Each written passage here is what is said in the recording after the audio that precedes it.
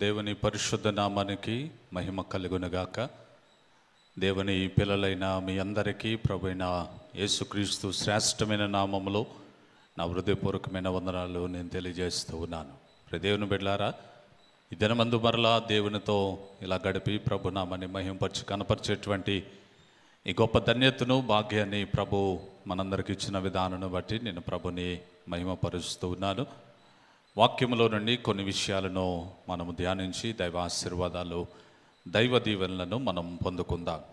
దేవుని బిడ్డలారా, మన ఆత్మీయ జీవితంలో భయము ఆత్మీయుని పిరికివానిగా చేస్తుంది. అర్థమైందండి? భయము ఆత్మీయుని పిరికివానిగా చేస్తుంది. నిజమే. యేసుక్రీస్తు శిష్యులలో ఒక ఆయన మనకందరికీ బాగా తెలుసు. ఆయన పేరు పేతురు. పేతురు అనబడినటువంటి ఈయన యేసు ప్రభును వెంబడించిన వాడు, యేసు ప్రభు చేత ఏర్పరచబడినటువంటి వ్యక్తి, దేవుని నామ మహిమార్థమే ఉండవలసిన వాడు, దేవుని సువార్తను అందించవలసిన విషయంలో నమ్మకస్తుడిగా ధైర్యముగా ముందుకి కొనసాగవలసినటువంటి విధానము ఆయనలో ఉంది. అయితే ఒక రోజున యేసుక్రీస్తు ప్రభువారిని ఆ రాత్రికాల సమయంలో ఆయనను రానివారి చేతులకి అప్పగించబడుతున్నటువంటి విధానం, ఆయనను పట్టుకున్నటువంటి విషయంలో పేతురు దొంగచాటుగా ఆయనను ఏమి చేస్తూ ఉన్నారో, ఏమి చేయబోతూ ఉన్నారని ఆయనను వెంబడించుకుంటూ వెళ్తున్నటువంటి పరిణామాలు మనకు తెలుసు. ఆ సమయంలో మంట కాగుతూ ఉన్నటువంటి పరిణామంలో అక్కడ ఒక చిన్న పాప, నీవు కూడా ఇతను కూడా మరి యేసు ప్రభుతో ఉన్నవాడే, నీవు కూడా యేసు ప్రభుతో ఉండేటువంటి వ్యక్తివే కదా అని చెబుతున్నటువంటి ఆ విషయానికి అతను, లేదు, నాకు ఆయనకు ఎలాంటి సంబంధము లేదు, నాకు ఆయనకు ఎలాంటి ఒక ప్రత్యేకమైనటువంటి విధానంలో స్నేహం లేదు, నేనెవరినో ఆ దారంట వెళ్ళిపోతూ ఏదో ఎక్కడేదో అల్లరిగా ఉంది, ఏమిటా అని చూద్దామని వచ్చాను, అక్కడ మంట కాగటానికి వచ్చాను, అలాగ కూర్చున్నానని ఏవేవో లేనిపోని మాటలు బొంకుతూ అబద్ధమాడుతూ నాకు యేసు ప్రభుకి ఎలాంటి సంబంధము లేదు అన్నట్లుగా మాట్లాడుతున్నటువంటి విషయాలను మనం అక్కడ గ్రంథంలో చూడగలుగుతూ ఉన్నాం. చూసారా ప్రియులారా? యేసుక్రీస్తు ప్రభువారిని వెంబడించవలసినటువంటి అతను దేవుని కొరకు నిర్భయముగా, ధైర్యముగా, చక్కగా ఆ దేవుని కొరకు దేవుని సువార్త అందించవలసినటువంటి వ్యక్తి. నేను యేసు ప్రభుని వెంబడించేటువంటి శిష్యులలో ఒకనని గర్వంగా చెప్పుకోవలసినటువంటి వ్యక్తి భయపడుతూ ఒకవేళ యేసు ప్రభు వారిని సిలువ వేయటానికి పూనుకున్నటువంటి ఈ మనుషులు నన్ను, నా ప్రాణాన్ని తీసివేస్తారేమో, నా జీవితాన్ని నాశనం చేస్తారేమో అని చెప్పి భయంకరమైనటువంటి ఆ భయముతో అతను అల్లల్లాడిపోతూ ఉన్నాడు. దేవుని బిడ్డలారా, చాలామంది రోజుల్లో మీరెవరు అనంటే, మీరు క్రైస్తవులు అనంటే కాదని చెప్పే వాళ్ళు చాలామంది ఉన్నారు.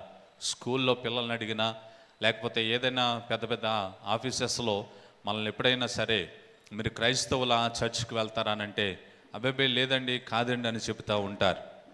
చాలామంది ఎక్కడైనా మరి అన్య జనాంగంలో ఉన్నప్పుడు మీరు క్రైస్తవుల దేవుని మందిరానికి వెళ్తారా, యేసు ప్రభు అంటే దేవుడని మీరు ఇష్టపడుతున్నారని నమ్ముకుంటున్నట్టే, కాదు మేము క్రైస్తవులం కాదు, మేము మందిరానికి అట్ట వెళ్ళాం, లేకపోతే దేవుని ఆరాధించమని అబద్ధమాడేటువంటి ఆ పిరికి భక్తులు చాలామంది కనబడతా ఉంటారు.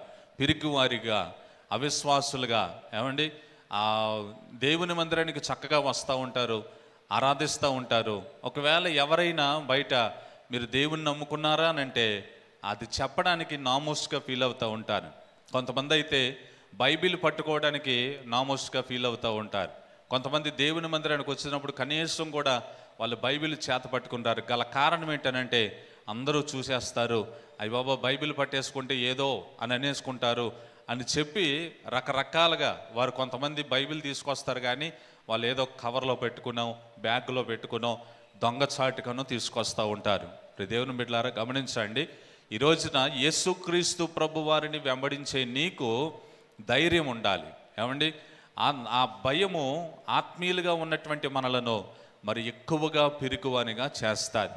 అలాగ పిరికివాళ్ళుగా మనం ఉండిపోతే, మరి ఎక్కువగా అధైర్యంగా మనం ఉంటే ఎలాగ చెప్పండి? ఈ రోజున దేవుని నమ్ముకుంటున్నటువంటి మనము ధైర్యముగా ఎవరి ముందైనా సరే, ఎక్కడైనా సరే, ఎస్ మేము క్రైస్తవులము, మేము దేవుని ఆరాధిస్తున్న ప్రజలము, నేను దేవుని బిడ్డను, నేను మందిరానికి వెళ్ళే వ్యక్తిని, ప్రతిరోజు నేను ప్రార్థన చేసుకుంటాను, ప్రతిరోజు నేను ఇదిగో యొక్క దేవుని యొక్క వాక్యాన్ని నేను ధ్యానిస్తాను అని ధైర్యముగా గర్వంగా చెప్పుకోవటానికి ఎందుకు సిగ్గుపడతా ఉన్నాం?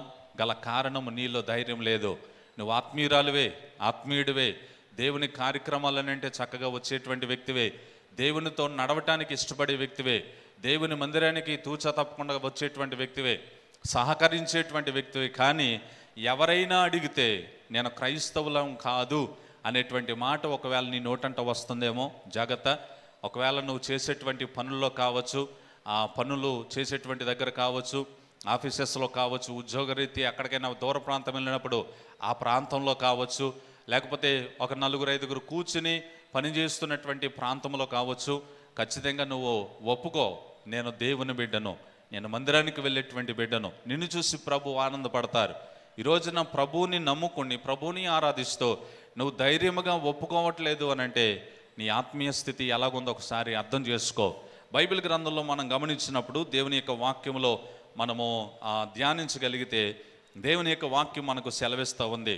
మరి ఆత్మీయులుగా మనము యేసుక్రీస్తు ప్రభు వారిని ధైర్యముగా ఒప్పుకోవటానికి, మనము ఆత్మీయులుగా ధైర్యంగా ఉండాలి అని అంటే దేవుని యొక్క వాక్యం మనకు సెలవిస్తూ ఉంది. సామెతల గ్రంథము 28వ అధ్యాయము 1వ వచనంలో, సామెతల గ్రంథము 28వ అధ్యాయము 1వ వచనంలో మనం గమనించినప్పుడు, నీతిగా జీవిస్తే ధైర్యంగా బ్రతుకుతాం మనం. నిజమే, మనలో ఎప్పుడైతే నీతి ఉండదో మనము ధైర్యాన్ని కోల్పోతూ ఉంటాం. నీతి కలిగినటువంటి ప్రవర్తన, నీతి కలిగినటువంటి చూపు, నీతి కలిగిన మాటలు, నీతి కలిగినటువంటి క్రియలు మనలో ఎప్పుడైతే ఉంటాయో మనము ధైర్యంగా ముందుకు కొనసాగడానికి దేవుడు కృప చూపిస్తూ ఉంటాడు. ఒకవేళ మనలో ఆ నీతి లేకపోతే మనం ఏమాత్రము కూడా ధైర్యమును పొందుకోము, ధైర్యంగా ముందుకు కొనసాగలేం, అది ఏ విషయంలో అయినా సరే.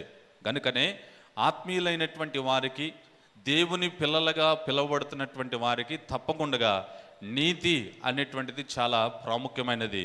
నువ్వు నీతిగా జీవిస్తే దేవుడు నీకు ప్రతి విషయంలో కూడా ధైర్యాన్ని కలుగజేస్తాడు.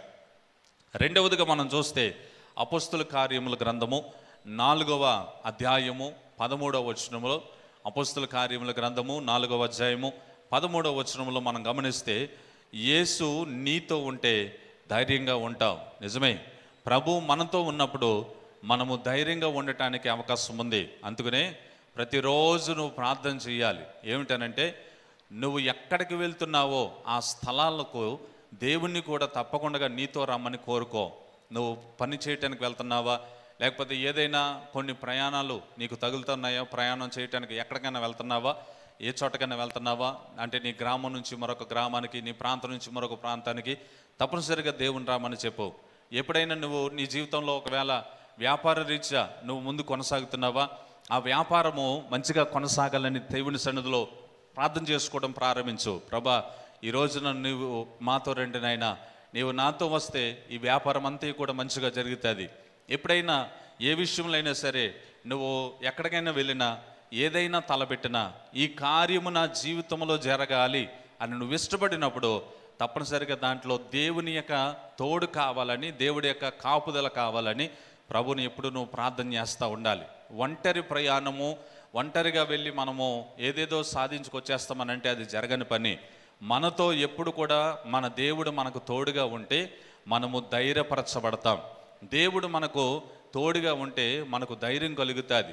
ఈ రోజున నీకు కలుగుచున్నటువంటి ప్రతి భయాన్ని తొలగించేవాడు దేవుడు గనక, అందుకని ప్రతిరోజు ప్రార్థించే, ప్రభా మీరు నాతో రండి నాయనా, మీరు నాతో ఉండండి యేసయ్యా, మీరు నా పక్షంగా ఉండండి నాయనా, మీరు నాతో రమ్మని నేను బ్రతిమలాడుకుంటా ఉన్నాను, నీవు నాకు తోడుగా ఉండండి ప్రభా అని ప్రార్థన చేయి.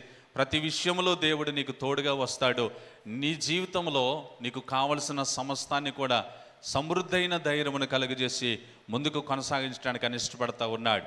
మూడవదిగా మనం చూసినప్పుడు అపోస్తుల కార్యములు 4వ అధ్యాయము 29వ వచనములో, అపోస్తుల కార్యముల గ్రంథము 4వ అధ్యాయము 29వ వచనంలో మనం గమనించినప్పుడు, దేవుని చేతి నీడలో ఉంటే మనము ధైర్యముగా సేవ చేస్తాం. దేవుని చేతి నీడలో ప్రియా దేవుని సేవకులారా, సేవ చేస్తున్నటువంటి వారులారా, పరిచర్యను జరిగిస్తున్నటువంటి వారులారా, ధైర్యముగా మనము సేవ చేయాలి అని అంటే, దేవుని యొక్క వార్తను దేవుని యొక్క ప్రజలకు, అనేక అన్యజనాంగానికి మనం అందించాలి అని అంటే, దేవుని యొక్క సన్నిధి మనతో ఉండాలి, దేవుని యొక్క నీడ మనతో ఉండాలని మనం కోరుకోవాలి. ప్రభువు లేకుండా ఆ పరిచర్యను మనం చేయలేం. మన పరిచర్యలో, మన యొక్క ప్రయత్నాల్లో, మన యొక్క పనుల్లో, మన యొక్క నోటి మాటలో, దేవుని యొక్క వాక్యాన్ని అందించే విషయంలో, ప్రార్థించే విషయంలో, ప్రతి విషయంలో కూడా దేవుడు నీడ మనకు తప్పకుండా ఉండాలని మనము ప్రయత్నం చేస్తూ ఉండాలి, ప్రార్థన చేస్తూ ఉండాలి. ఎప్పుడైతే మనం అలాగ ప్రార్థన చేస్తామో దేవుని యొక్క కటాక్షము, దేవుని యొక్క నీడ మనకు తోడుగా ఉండి నడిపించడానికి అని ఇష్టపడతా ఉన్నాడు.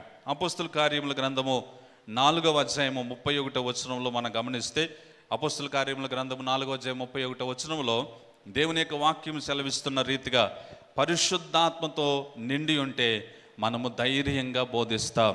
గమనించండి, చాలామంది ఏవేవో పై మాటలు చెప్పుకుంటూ వెళ్ళిపోతూ ఉంటారు. గమనించండి, మనము ధైర్యముగా ఖండించేటువంటి, అంటే పాపమును ఖండించేటువంటి మాటలు నువ్వు చెప్పగలగాలి. అలా చెప్పగలగాలి అని అంటే నీలో పరిశుద్ధాత్మ దేవుడు ఉండాలి. ఆ పరిశుద్ధాత్మ దేవుడు ఎప్పుడైతే నీలో ఉంటారో నువ్వు ధైర్యంగా ఖండించగలుగుతావు, ధైర్యంగా దేవుని మాటలు చెప్పగలుగుతావు, ధైర్యంగా దేవుని సేవను మనం చేయగలుగుతాం. ఈ రోజున దేవుని పిల్లలుగా ఉన్నటువంటి మనందరికీ కూడా ధైర్యము కావాలి అని అంటే, ధైర్యముగా ఏదైనా ఒక మాట అనేకులకు చెప్పాలి అని అంటే, ఖచ్చితంగా దేవుని యొక్క వాక్యము మనకు ప్రకటిస్తున్న రీతిలో మనము పరిశుద్ధాత్మ శక్తి చేత నింపబడాలి. పరిశుద్ధాత్మ శక్తి చేత ఎప్పుడైతే నింపబడతామో మనలో ఆటోమేటిక్గా మనకు ధైర్యము కలుగుతుంది. ఆ ధైర్యము కలుగుతూ ఉన్నటువంటి పరిణామాలు ఈ రోజున దేవుని సన్నిధిలో ఉన్నటువంటి మనము ఖచ్చితంగా ఆ ధైర్యాన్ని పొందుకోగలుగుతాం. ధైర్యము కలిగి ఉండాలని ప్రభు సన్నిధిలో ప్రార్థన చేసుకుంటూ ఉండాలి. పరిశుద్ధాత్మ నీడ, పరిశుద్ధాత్మ యొక్క అభిషేకం కావాలని ప్రార్థిస్తూ ఉండాలి. అపోస్తుల కార్యములు 28వ అధ్యాయము 30-31 వచనాలు మనం గమనిస్తే, అపోస్తుల కార్యములు 28వ అధ్యాయము 30-31 వచనాలు మనం గమనించినప్పుడు, ఇతరులను అవమానించకుండా సన్మానిస్తే ధైర్యంగా సువార్తను ప్రకటించగలుగుతాం. అనేకులను మనము కించపరిచి మాట్లాడడం కాదు కానీ, అనేకులను అవమానించడం కాదు కానీ, అనేకులను కొంచెం ఇబ్బందికరంగా మాట్లాడడం కాదు కానీ, ఎప్పుడైతే అలాంటి స్వభావము మనలో నుంచి పోతాదో మనము ధైర్యం కలిగి దేవుని సువార్తను ప్రకటించడానికి, ముందుకు కొనసాగడానికి అవకాశం ఉంటుంది. ఈ రోజున ప్రియ దేవుని బిడ్డలారా, మొదటి యోహాను పత్రిక 3వ అధ్యాయం 21వ వచనంలో, మొదటి యోహాను పత్రిక 3వ అధ్యాయము 21వ వచనంలో మనం గమనిస్తే, పాపము చేయకపోతే ధైర్యము కలిగి ఉంటాం, ధైర్యము కలిగి దేవుని చేరతాం. మనలో పాపం ఉన్నంతసేపు ప్రభువుని చేరుకోలేం. మనలో పాపము ఏలుబడి చేస్తున్నంత వరకు సరైన ప్రార్థనా జీవితాన్ని మనం పొందుకోలేం, ఆత్మీయ జీవితంలో ఎదగలేం, దేవునితో సంభాషించేటువంటి విషయంలో మనము దూరమైపోతూ ఉంటాం. ఈ రోజున ప్రభు దగ్గర ఉన్నటువంటి మనము ధైర్యముగా మనము ముందుకి దేవుని దగ్గరకు వెళ్ళాలి అని అంటే మనలో పాపం ఉండకూడదు. ఎప్పుడైతే పాపపు రోత జీవితానికి దూరం అవుతామో, ఆ పాపపు క్రియలను మనము ప్రక్కన పెడతామో, ఖచ్చితంగా మన జీవితంలో దేవుని యొక్క ధైర్యాన్ని మనం పొందుకుంటాం. మనం ముందుకు కొనసాగడానికి ప్రతి విషయంలో కూడా దేవుడు సహాయం చేస్తాడు. హెబ్రీ పత్రిక 10వ అధ్యాయము 34-35 వచనాలు, హెబ్రీ పత్రిక 10వ అధ్యాయము 34-35 వచనాలు మనం గమనించినప్పుడు, ప్రభు నిమిత్తము దేన్నైనా కోల్పోవుటకు ధైర్యం కలిగి జీవించడం మనకు చాలా అవసరం. దానికి ప్రతిఫలాన్ని దేవుని దగ్గర మనము తప్పకుండా పొందుకుంటాం. ఈ భూమి మీద ఏదైనా ఒకవేళ ప్రభుకు నిమిత్తమో మనం దేనినైనా కోల్పోవటానికి ధైర్యంగా మనం ముందుకు వస్తే దాని ప్రతిఫలాన్ని ఖచ్చితంగా మనం పరలోక రాజ్యంలో ఖచ్చితంగా మనము అనుభవించగలుగుతామని మీ అందరికీ నేను మనవి చేస్తూ ఉన్నాను. దేవుని బిడ్డలారా, ఈ రోజున దేవుని యొక్క సన్నిధిలో ఉన్నటువంటి మనము పేతురు వలె కాకుండా, ఏమండి, పేతురు తన జీవితంలో మరి ఆ ఆత్మీయ జీవితంలో అంత పిరికివాడిగా ఉండటానికి గల కారణము, అంత అధైర్యపడటానికి గల కారణము అతనికి భయము. ఏమండి, చాలా పిరికివాడిగా మారిపోయాడు. ఆయన ఆత్మీయుడే, దేవుని కొరకు జీవించవలసిన వాడు, రక్షణ భాగ్యములు ఎదగవలసిన వాడు, అనేక ఆత్మలను రక్షించేటువంటి విధానంలో ఉండవలసిన వాడు. అలాంటి వ్యక్తి పిరికివాడిగా అయిపోయి చాలా భయంకరంగా యేసుప్రభు అంటేనే నాకు తెలియదు, ఆయనకు నాకు ఎలాంటి సంబంధం లేదని చెప్పినటువంటి వ్యక్తి చివరి దినాల్లో దేవుని యొక్క మళ్ళా అతను పశ్చాత్తాపము ఆ పడిపోయినటువంటి పశ్చాత్తాపం పడినటువంటి ఆ తరుణములో మనం గమనించినప్పుడు ఆ పశ్చాత్తాప్తుడై దేవుని సన్నిధిలో మరలా దేవుని యొక్క సేవను ఆయన ప్రారంభించినటువంటి దినాల్లో అతను కూడా హతసాక్షి అవటానికి రెడీ అయిపోయాడు. అతను సిలువ వేయటానికి అక్కడ ఉన్నటువంటి అధికారులు పూనుకున్నప్పుడు, ఇదిగో నా తండ్రి ఎదుటగా, ఇదిగో నా దేవుని ఎదుటగా నా యేసయ్య వేసినట్లుగా, నా యేసయ్యని వేసినట్లుగా మీరు సిలువ వేయద్దు, నన్ను తలకిందులుగా వేయండి, నా తల ఆయన పాదాల దగ్గర ఉండాలి. ఎంత ధైర్యంగా నన్ను సిలువ వేయండి, ఇదిగో నన్ను సిలువ వేస్తే ఒకవేళ సిలువ వేసి చంపాలని మీరు అనుకుంటే ఇదిగో నన్ను ఎలాగ చంపండి అని అతను మాట్లాడడం మనం చూస్తూ ఉన్నాం. దేవుని బిడ్డలారా, దేవుని సన్నిధిలో ఉన్నటువంటి మనము ఒకవేళ నువ్వు ఎక్కడికైనా వెళ్ళినప్పుడు ఎవరైనా ఒకవేళ నువ్వు క్రైస్తవురాలు అని అడిగితే చెప్పడానికి సిగ్గుపడద్దు. ఎప్పుడైతే నువ్వు సిగ్గుపడకుండా ధైర్యంగా ఒప్పుకుంటావో దేవుని సన్నిధిలో దేవుడు నిన్ను చూసి ఆనందపడతాడు. ఎవరైతే ఆయనను మీరు ఎరుగునని ఒప్పుకుంటారో తండ్రి ఎదుట కూడా ఆయన మనలను ఎరుగును అని ఒప్పుకుంటాడట. ఒకవేళ ఈ భూమి మీద ఎవరి దగ్గరైనా యేసుప్రభు ఎవరో నాకు తెలియదు, దేవుడు ఎవరో నాకు తెలియదు అని నువ్వు అంటావా? ఒకవేళ నువ్వు ఒప్పుకోకపోతే ఇదిగో తండ్రి యొద్ద కూడా ఆయన నిన్ను ఒప్పుకోవటానికి ఇష్టపడాడట. ఈ రోజున ప్రభు దగ్గర కూర్చున్నటువంటి మనము ఆత్మీయంగా నీతి కలిగి ధైర్యం కలిగి ప్రార్థించుకుంటూ మనం ముందుకు కొనసాగుతూ దేవుని కొరకు మనం జీవిందాం. అటు కృప ధన్యత దేవుడు మనందరికీ కలుగజేసి నడిపించును గాక. ఆమేన్.